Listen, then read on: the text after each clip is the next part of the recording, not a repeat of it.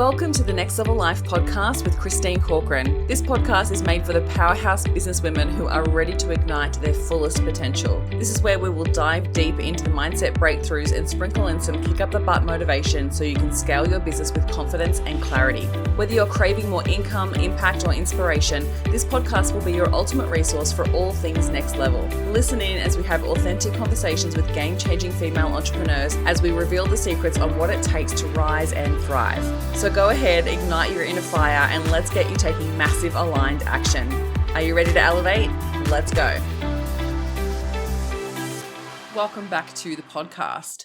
Today I want to talk to you about why most women in business aren't earning good money. And I want to do it in a way that actually inspires and motivates you, because I want you to know that there is definitely more money to be made, and that by working on yourself and working on certain responses or behaviors within your business supports the growth of your business. But the first things first is you've got to believe that making more money is absolutely possible.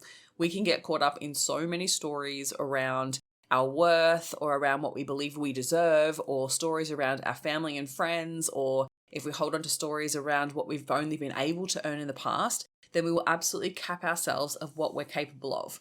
And I want you to know that it's absolutely possible. There are so many people making great money within their business. And there is a lot of women in business not making good money, struggling to get by, going month to month, really not being able to survive in business long term because they haven't really got the behind the scenes in their business done right.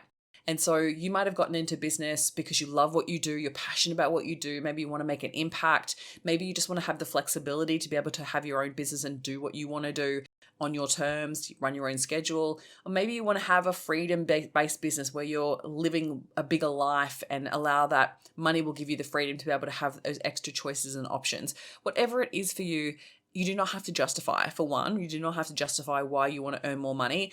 But I want you to know that it is definitely worthwhile considering the behind the scenes of the business and the way that you structure your business to support the lifestyle that you really want to live. Your business is a beautiful expression of yourself out into the world, and it gets to be a profitable, sustainable business where you can continue to do what you love, but it actually earns you good money. And I want you to earn good money.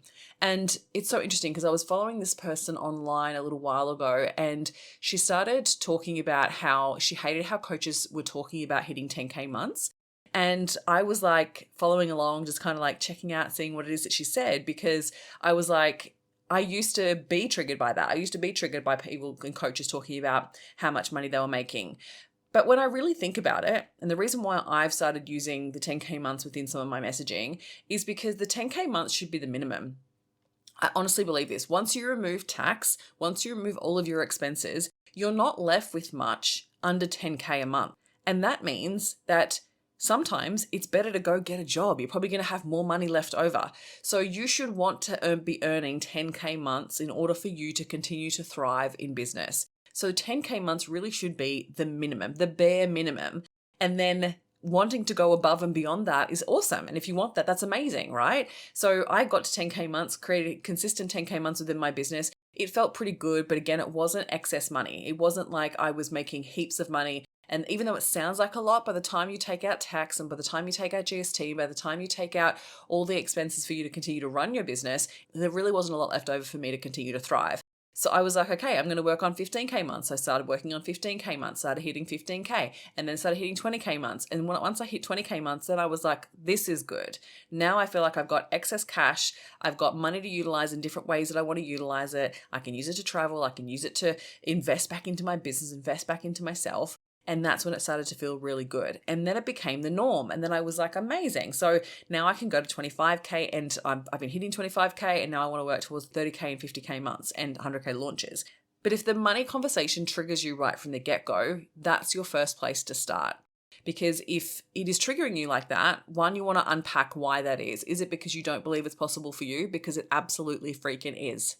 I don't care what your brain tells you. I don't care what your mum tells you. I don't care what anyone else in the world tells you. It is absolutely possible for you, but you've got to want it first. And the first step first is we need to start looking at your business model, because we need to make sure that it's actually doable. Majority of the time when I have clients come into my masterminds, into my programs, and we look at this, sometimes it's not even doable based on what they're actually putting out into the world as their offers. And so we need to make sure that the business model is a sustainable business model, that it's actually doable to hit 10K months in the time that you have available to spend in your business. Now, sometimes we get caught up in the one-to-one services, and so hitting 10K months by doing one-to-one services can be a little bit challenging depending on what it is that you do. So we need to look at that first. Once we've built out an offer suite that allows you to be able to hit 10K months, then we've got to obviously find the clients in order to buy those services and get it out there into the world. But some of the things that prevent a lot of women in business from earning good 10K months or good money in their business is because they're either fearful of the money, they're fearful of their ability to manage that money or handle that amount of money in their business. So that's why we always start with a mindset piece first. We've really got to explore all the money stories, all the things that are preventing you from believing that you are worthy of receiving that amount of money, that you have the ability to manage it. And that may come with some education. So you may need to explore some education with regards to money, so then you feel much more competent in the space in order to manage your money more effectively. Okay, the next reason why I see some people not earn good money in their business is because they're focusing on the wrong things. They can get so caught up behind the scenes doing all the bits and pieces, making everything look pretty, getting everything perfect, and they're not doing the sales activities in order to generate the results. So you have the capability and the possibility of earning good money if you prioritize business growth activities. So what I mean by that is sales activities, being visible, making offers, having conversations that lead to sales, offering your services, communicating and connecting your value with the needs of your customers, and doing the money generating activities that you need in order to continue to make money in your business. Whereas so often we can just get caught up in doing all the busy stuff instead of actually prioritizing the consistency of those habits. That's where the money is. It's the consistency of the habits that are going to generate the results. You need to be doing money generating and growth focused business activities in order for you to continue to thrive. The other thing can be sometimes investing in the wrong things. So sometimes they start out by investing in getting the website perfect or getting their copywriting perfect, or some of the things that really just don't generate sales results from the get-go. And so I'm a big believer of get your offer right first. Your offer has to be great, and it has to be something that you 100% believe in, and it has to be something that you feel confident in being able to sell. Then it's about learning sales skills, like getting out there and actually selling more consistently, making sure that that offer lands with people. So the more you sell it, the more you'll get more competent in selling it. And then you'll have more people going through the program that you offer or the service that you deliver. And you'll have more testimonials, more social proof in order to improve how you sell it. So getting the offer right and then going straight to sales is really, really key. The next one is that I see women in business really undervaluing themselves, and that causes them to undercharge, and they get stuck in this cycle of just consistently undercharging. And then they don't believe it's possible because they're really undervaluing themselves. They've really got to disconnect their self-worth from their business and their offer, because their offer is a separate entity on its own. And when we look at that offer, like a completely separate thing, like your business delivers a service or your business solves a problem and your client receives that result, that outcome or solution of that problem, and that's valuable. So we want to almost take ourselves out of the equation altogether in order for us to see the viability of our business. Because when you're too stuck in your own head and your own emotions about it, you can often get caught up in making decisions for your business based on emotion instead of what the business actually needs. So sometimes I have to have full tough love conversations with myself and be like, your business needs you to stop telling yourself you're so tired and going and doing these activities, right? Making sure that you're prioritizing your visibility, making sure that you're following up on those conversations, making sure that you're prioritizing the growth focused activities and getting that stuff done so that when you're ready to go to market with this new offer, it's ready. So it does take courage, and it takes that tough love to really back yourself with the discipline within your business. So it's the same thing with your business financials, right? So if you're too scared to look at your numbers, or you're a little bit avoidant with your numbers, or you're complacent with them, then it can actually cause a lot of drama down the track. Whereas if you're across them, you are completely aware of what's happening, what's coming in, what's going out, putting aside your tax, putting aside your GST. You're not stressed about tax time anymore because you're across your numbers altogether. You're reconciling your zero. You're going through all the ins and outs of your business, knowing where your clients are coming from, and you're converting clients. You've got a leads list. There is so much of the business behind the scenes stuff that people just don't do, and they don't do it consistently, which then leads to a lack of money in their business.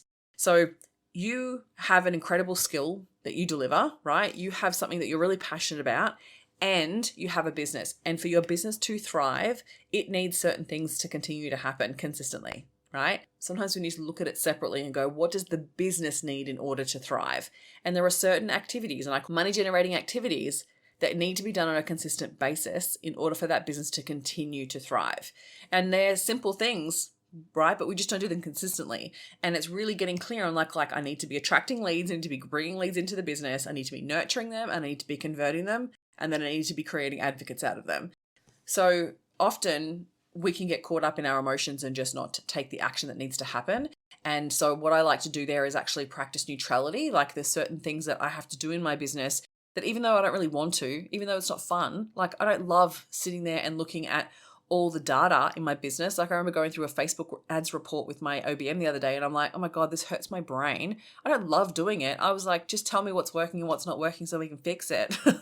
And so even though it's something that I don't want to do, I'm still going to do it. So I don't actually indulge in any negative emotion around it. Like there's no point in me dramatizing that in my mind. Like I didn't spend hours beforehand stressing about it. I didn't think about, I didn't get stuck in the whole like, oh my God, I really don't want to do this. Like I was like, we're going to do this and I'm going to put on my big girl pants and I'm going to do it. So sometimes we need to have that conversation with ourselves, and other times it's actually having the support of a coach to be like, let's look at every part of your business to see what's working and what's not working, because there is possibly a reason why you're not earning good money. Now, it could be the consistency of the behaviors that you're doing in your business. It could be that you're undercharging. It could be that you have a lot of money stories and you're actually causing a lot of blockages for income and abundance to flow into your business. So we may need to look at that key piece. A lot of women have a lot of hang-ups with money. It's just part of our conditioning. We've been taught that the men are the providers and that we shouldn't have to worry about it or think about it. And there's been conditioning around money stories from our parents. Like if your father was always the one that took care of the money, but maybe the money caused fights within the relationship, maybe there's hesitation to actually look at money. Like there's so much. I'm not even going to dive into money mindset today because it's a whole other topic. But when it comes to why most women in business aren't earning good money, it's usually because of their fears or their belief systems around being able to earn good money, being able to even go past the 75K bracket to earn GST. Like sometimes like that comes up as a consistent block that I see where they're like so hesitant because they're like, once I hit 75K, then I'm going to have to start paying an extra 10% to the tax man and I'm already not making much money in my business. And I'm like, yes, because you need to go beyond the 75K. Don't worry about the extra 10%. It's totally fine. You'll just add it on top of your invoices. You'll set it aside and it'll go to the tax man. But at least then you're not capping yourself of what you're able to earn, and allow yourself to step into that next bracket. Like allow yourself to earn 6 figures in your business. You should be earning 6 figures at a minimum. Otherwise, really, when you look at it, by the time you set aside tax, you're pretty much taking home only 70K anyway. And the majority of everyday jobs these days are around 70K anyway. So you either work towards earning 6 figures and above, or like, what's the point of being in business? Like, you've got to earn good money. Otherwise, it's not worth all the time, energy, effort, and exhaustion and emotion that goes into building a business.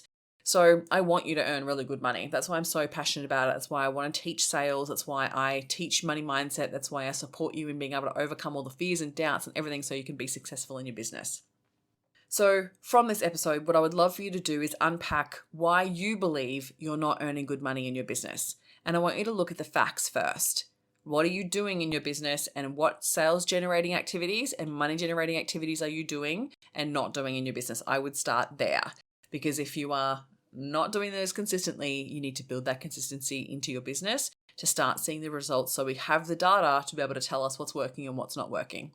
If you have any questions about anything that I've covered in today's session, please feel free to reach out. I love having these conversations. I'm always in my DMs, so please feel free to send me a DM and just be like, hey, Christine, listen to this episode, really resonated with me. This is what I think is what's holding me back, and let's have a chat about it.